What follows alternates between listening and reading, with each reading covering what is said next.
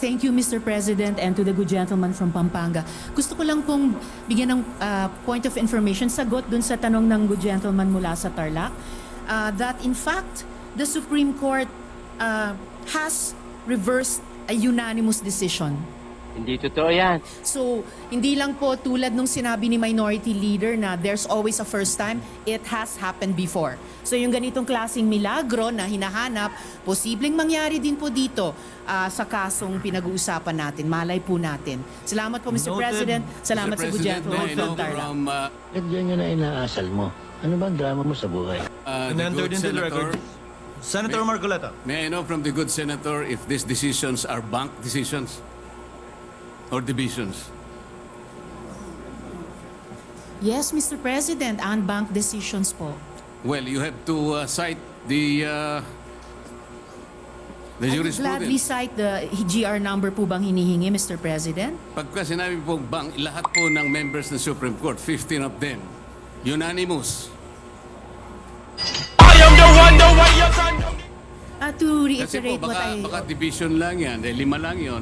Hindi po No, bank Mr. yun. President, to reiterate what I already said, mga ano po ito, mga reversal ng unanimous Supreme Court decisions. Yes, but I am At sa asking for dalawang qualification, halimbawang Mr. binigay President, ko whether po these are bank on decisions MR. or decisions by a division.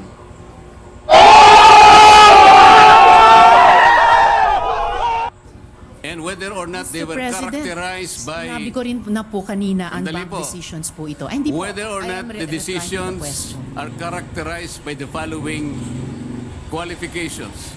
1, unconstitutional, void ab initio, violative of due process. All these are present in those jurisprudence cases as you cited. Mr. President, Mr. President, bagamat para itong yung pinag-uusapan natin kaninang operative facts, kanina simple lang yung tanong eh. May kaso na po ba na ang Supreme Court sa unanimous decision ay ni-reverse ang sarili nila? Ngayon may dinadagdag na to. Pero sige po, yung League of Cities of the Philippines versus COMELEC, the Supreme Court in its original decision in 2008 unanimously declared the cityhood laws unconstitutional. I will have to get more information po on the ISAA reversal of unanimous decision. Pero malinaw na mga sagot na po ito dun sa original na tanong. So the original assertion na hindi po natin alam kung na-reverse na ng Supreme Court ang sarili nila sa original na unanimous decision has fallen by the wayside. Kasi the Supreme Court, I said already earlier, has reversed a unanimous decision unbanked Utsa naman eh! Utsa naman eh! in a lot of instances before. Yun lamang naman po, Mr. President. Noted and entered Salamat into po. the records. Majority Floor Leader. Yes, Mr. President. May I move that we recognize the next interpellator, the gentleman from Pampanga, Senator Kiko Pangilinan. Yes, So Mr. moved. President. Senator Pangilinan is recognized and may proceed. Should the gentleman so desire. Yes, Mr. President.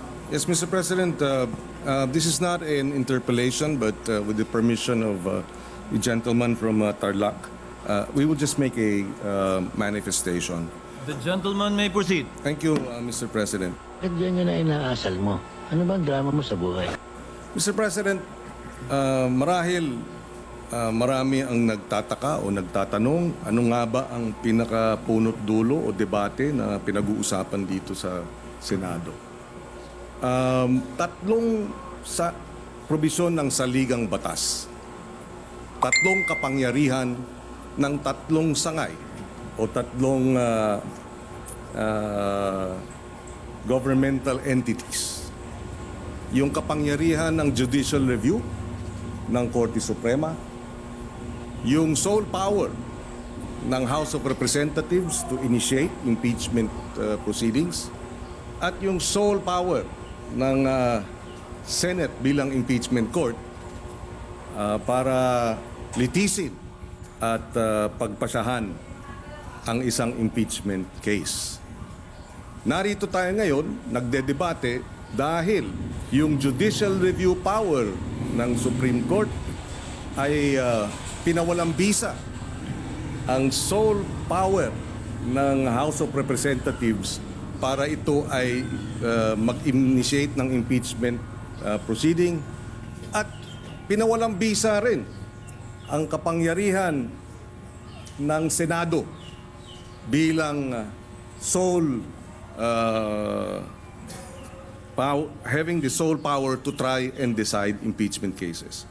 Dahil dito, saan tayo tutuloy? Merong na ring mga ruling ang Korte Suprema kung paano natin iha-harmonize o ihahambing ang mga nagtatalong probisyon ng saligang batas. Sinabi ng Korte Suprema sa kaso ng Civil Liberties Union versus the Executive Secretary, pati na rin sa Francisco case versus HOR, the Constitution is to be interpreted as a whole, and one section is not to be allowed to defeat another. In this case, judicial review should not be defeated. The sole power of the House to initiate should not be defeated. And the sole power of the Senate to try and decide cases. All mandates, all duties, all constitutional powers that do not belong to us, that was given to us not by any whim, but by the Constitution. All of whom here sworn to uphold and defend. Kaya ano ang way forward? Sabi nga, may mga minungkahi si Justice Ascuna, hayaan sa MR, payagan sa motion for reconsideration, payagan na magkaroon ng operative facts doctrine para yung anuman ang pinagpasya ng Korte Suprema sa kasong ito should apply prospectively, number one. Pangalawa ay sa pamamagitan ng MR pa rin ay mabigyan ang House of Representatives na maituloy ang kanyang kapangyarihan to initiate, and at the same time mabigyan ang kapangyarihan ng Senado to try and decide the case. Kaya habang naririyan ang MR, baka sakali, at nangyari na nga, na the Supreme Court has reversed itself even in a unanimous decision. But even assuming it does not reverse itself in this case, the Supreme Court may modify its ruling. And therefore, if it modifies the ruling, assuming that it modifies but does not reverse itself, should we not await the resolution of the motion for reconsideration before we vote? Today, we hold it in abeyance or we table it. Mr. President, if I may add, the SC, the Supreme Court, hindi niya binanggit. Binanggit niya na nawalan ng jurisdiksyon ang Senate Impeachment Court. Pero ang ibig sabihin nun ay pinawalang bisa, ginawang void ab initio ang mga kilos at pasya ng impeachment court. The convening of the impeachment court was voided.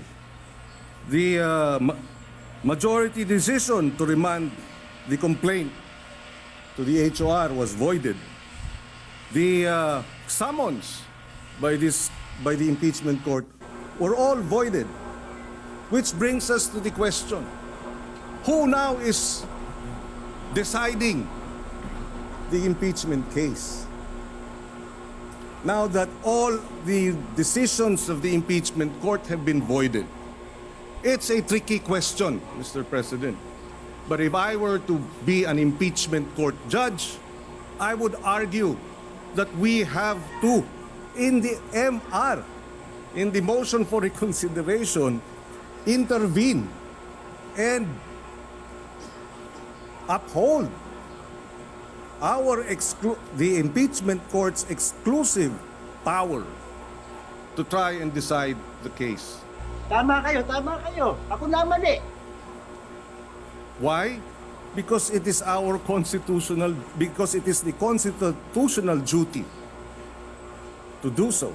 It is the order of the Constitution. We are not defying the judicial review powers.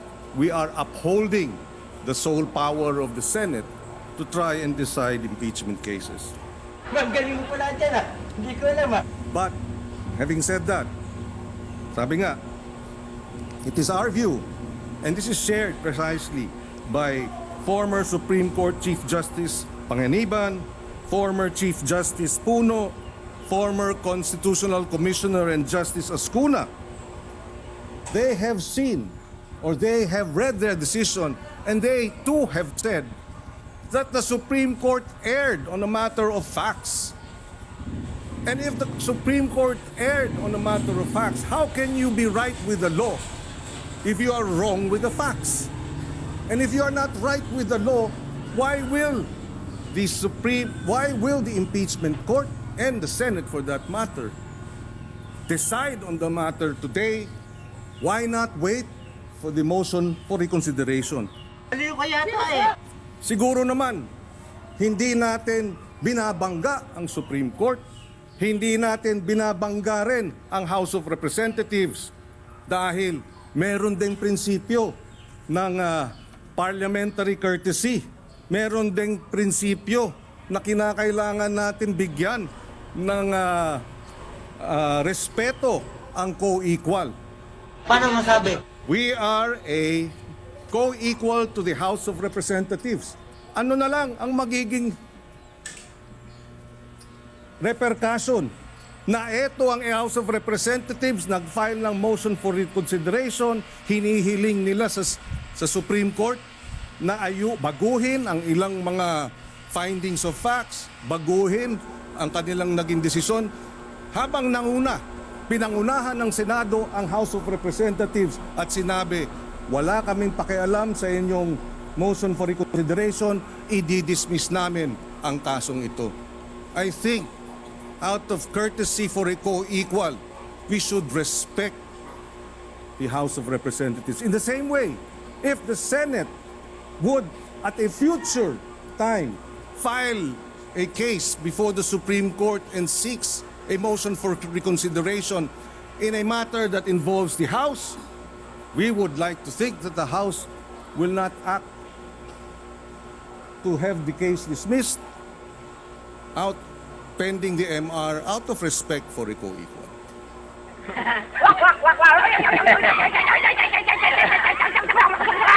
Sana pag-aralan natin ng husto ang pagpasya ngayong hapon. Sabi ko nga, the findings of grave abuse by the Supreme Court, thereby removing or taking away from us the jurisdiction, na wala tayong jurisdiction, that jurisdiction was not acquired on the basis of facts that are flawed, where then is the grave abuse? I don't know what the ruling will be. Perhaps they will say, yes, there was no grave abuse of discretion on the part of the House because of the 1-year bar, which was not actually, the fourth complaint was not bar. I don't know. But whatever it is, hintayin na lang naman sana natin. Respetuhin naman natin ang ating co-equal. Kilala kong kaliskis mo, oy. Why the convening of the impeachment court is the way to go?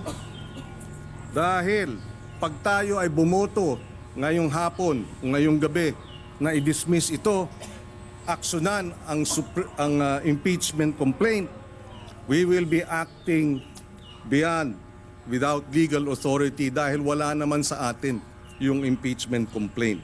Wala namang kapangyarihan ang Senado in plenary, ultra vires, without legal authority, ang magiging desisyon natin. One final point. In the Corona impeachment trial, nang himasok, nag-TRO ang Supreme Court para sa mga bank accounts. Ano ang ginawa ng Senate Impeachment Court? Bumoto 13-10 para respetuhin ang Korte Suprema. I did not vote in favor of the TRO or respecting the TRO. But the Senate as an impeachment court, voted, and we respected it. Because it was the Senate impeachment court that decided. It was not the Senate. It was the Senate impeachment court that, seeing perhaps that we needed to harmonize the power of judicial review, the power of the Senate as an impeachment court, to have the sole power rather to try and decide cases, seeing that the Senate impeachment court decided to harmonize the conflicting provisions of the Constitution. I think we should, as a Senate impeachment court, do the same. Kung ipagbobotohan na respetuhin ng Korte Suprema para walang constitutional crisis, so be it. But it ought to be the Senate impeachment court that asserts its sole power to try and decide impeachment cases. Yun na lamang po, and I associate myself with the motion of the minority leader that we lay on the table the matter of the impeachment case and action. At ganyan na inaasal mo. Ano bang drama mo sa buhay? Just a point of information for the record and for the information of the body. Chair confirms the manifestation earlier of Senator Cayetano with respect to Section 4, Rule 39 of the Rules of Court that says that decisions of the court are not immediately executory unless the decision says so. In this case, the decision specifically stated that it is immediately executory. Number two, again, just for the record, the Supreme Court itself, through its spokesperson, after the House filed their motion for reconsideration, reiterated the immediately executory nature of the decision of the Supreme Court. And finally, the Supreme Court's own internal rules states that the entry of judgment shall be the date such decision or resolution becomes executory unless the court directs its immediate execution. I'm quoting and citing AM number 10-4-2-20 SC, specifically Section 16, Rule 16 Section 1. So there are conflicting authorities with respect to the opinions raised by the various members.